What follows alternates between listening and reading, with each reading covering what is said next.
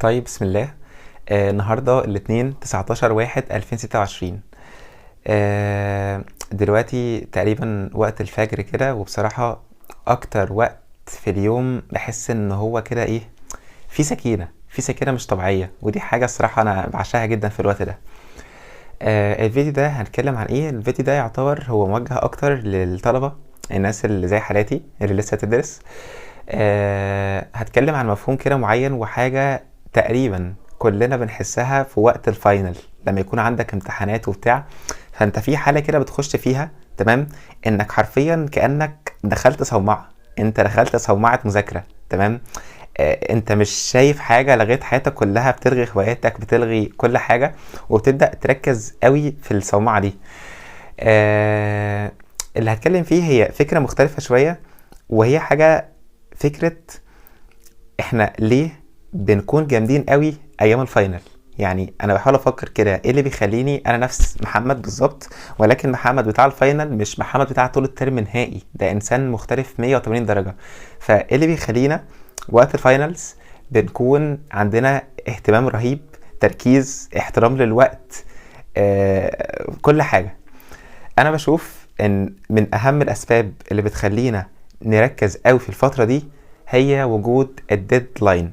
الديدلاين ببساطه اللي هو ان في وقت معين، والوقت ده لما يجي خلاص انت هتخش الامتحان، فده اسمه ديدلاين. انا خلاص والله يا باشا الامتحان كمان اسبوع، اتصرف، خلص المنهج، راجعه وحل اسئله، اعمل كل حاجه معاك اسبوع.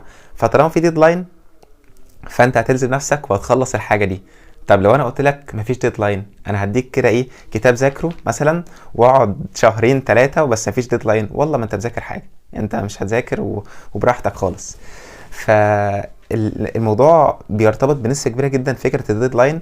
هي حاجه موتره بس بتخلينا ننجز. يعني انا بصراحه بمر ده دلوقتي.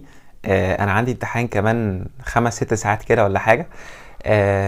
وحرفيا انا من يومين كان في شباتر كبيره قوي، شباتر انا شايف ان دي مش هتخلص ومش هنعرف نخلصها غير في اسبوع اسبوعين.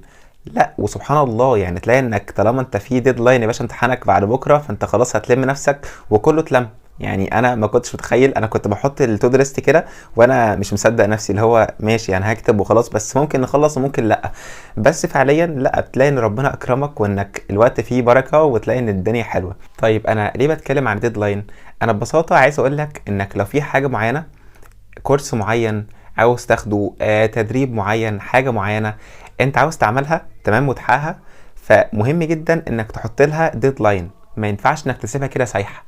لو قلت والله انا عاوز اتعلم الماني، تمام، وسبت نفسك كده قلت انا هتعلم الماني وبس كده، انا عايز اتعلم الماني، اجي لك كمان سنة انا عايز اتعلم الماني، بعد سنتين انا عاوز اتعلم الماني. طب حلو جدا، انت عندك الهدف وانت راجل بيرفكت، بس ما حطيتش ليه ديدلاين، ما قلتش انا خلال شهرين ثلاثه هخلص الكورس ده، او هخلص المستوى A1، بعد كده في خلال 3 شهور هخلص A2.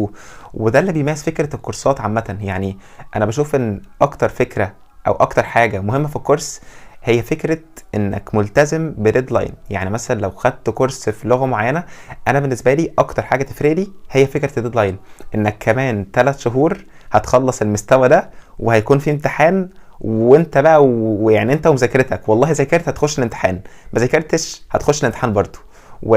فانت خلاص عارف ان في ديدلاين، فانت خلاص هتشد نفسك وتخلص اللغه وهتعمل حاجات حلوه كتير. وده انا شفته، يعني بس الناس بتكلم معاها الاقي ان هو يعني ما شاء الله خلص اللغه في وقت معين، وكان الحاجه اللي ساعدته ان هو ربط نفسه بديدلاين. ومش شرط كورس، يعني مش بتكلم دايما عن فكره كورس، انت ممكن مع نفسك، يعني انت مثلا عارف انك في خلال مثلا سنه محتاج اسافر، فانت خلاص بقى عندك ديدلاين معروف، سنه هي سنه وبعد كده مش هعرف اسافر او الظروف هتتغير او ايا كان. فخلاص لما تحط ديدلاين هتبدا تسيستم نفسك على اساسه. اما فكره الاحساس بطول الامل او لا انا لسه معايا وقت، انا معايا وقت كتير، انا قشطه، لا ده هيعطلك كتير قوي وهتحس ان الدنيا سايحه.